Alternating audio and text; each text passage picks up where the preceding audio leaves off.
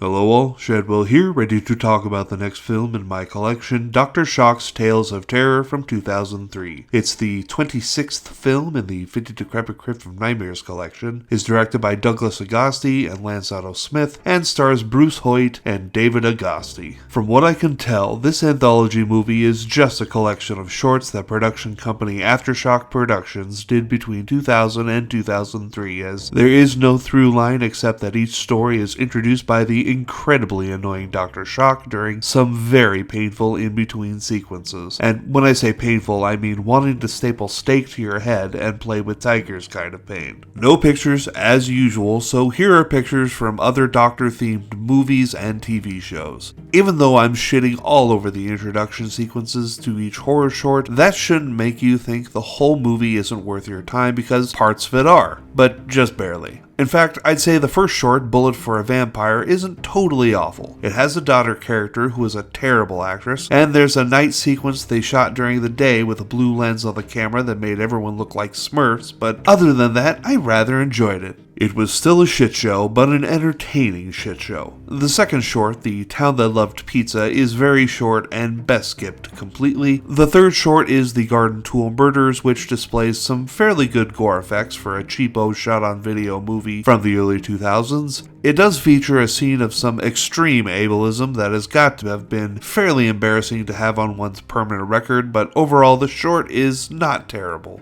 The last short, Demon's Day, is a mishmash of bullshit that I can't make heads or tails of. It's about demons that are killing other demons that are killing humans and then each other, and I don't know. It was really hard to understand the demon characters, and so the last short is definitely skippable. I do want to say again how fucking awful the introductions by Dr. Shock are. Imagine you took the Crypt Keeper and took away the tongue-in-cheek punnery and sense of humor and replaced it with a lot of shouting, a talking cameraman, and the most abusive use of a party noisemaker I have ever heard, and you have Dr. Shock. Very grating on the ears.